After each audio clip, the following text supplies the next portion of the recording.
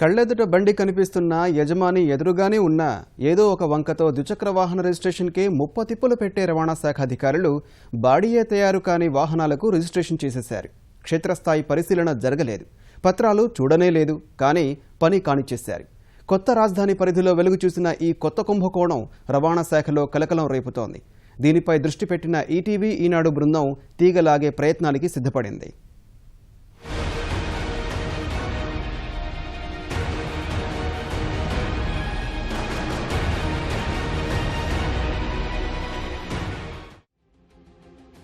గుంటూరు జిల్లాలో రవాణా శాఖ యంత్రాంగం అవినీతి కొత్త పుంతలు తొక్కుతోంది. ఇటీవల గుంటూరు ప్రాంతీయ రవాణా శాఖ కమిషనర్ కార్యాలయంలో motor vehicle inspector Sudhakar Reddy ఇంటిపై దాడి చేసిన అవినీతి నిరోధక శాఖ కేసు నమోదు చేసింది. దీనిపై చర్చ నడుస్తుండగానే మరో అవినీతి బాగోతం వెలుగు చూసింది. కంపెనీ నుంచి షోరూంకు చేరని వాహనాలకు రిజిస్ట్రేషన్ చేసేశారు.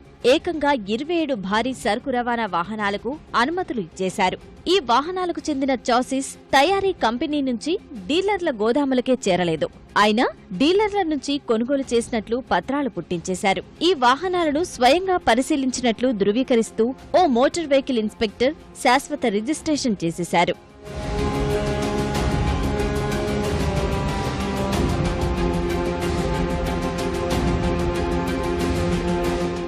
డీలర్ వద్ద చాసిస్ కొనుగోలు చేసినప్పుడు తాత్కాలిక రిజిస్ట్రేషన్ చేస్తారు. ఆ తర్వాత చాసిస్ కు బాడీ తయారు చేయాల్సి ఉంటుంది. దీనికి 2 నుంచి 3 నెలల సమయం పడుతోంది. బాడీ అమరిక పూర్తయితేనే వాహనం పూర్తిగా సిద్ధమవుతుంది. ఆ తర్వాతే రవాణా శాఖ కార్యాలయానికి తీసుకురావాలి. అక్కడే వాహనాన్ని పత్రాలు పరిశీలించిన తర్వాత శాశ్వత రిజిస్ట్రేషన్ చేస్తారు. ఇప్పుడు వెలుగు చూసిన కుంభకోణంలో అలాంటి ప్రక్రియే జరగలేదు.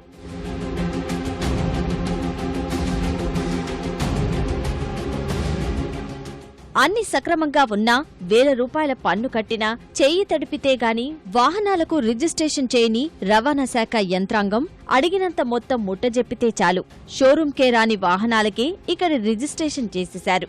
రవాణా శాఖలో కలకలం రేపిన ఈ కుంభకోణంలో పెద్ద తలకాయలే ఉన్నాయని ఉప్పందుతోంది.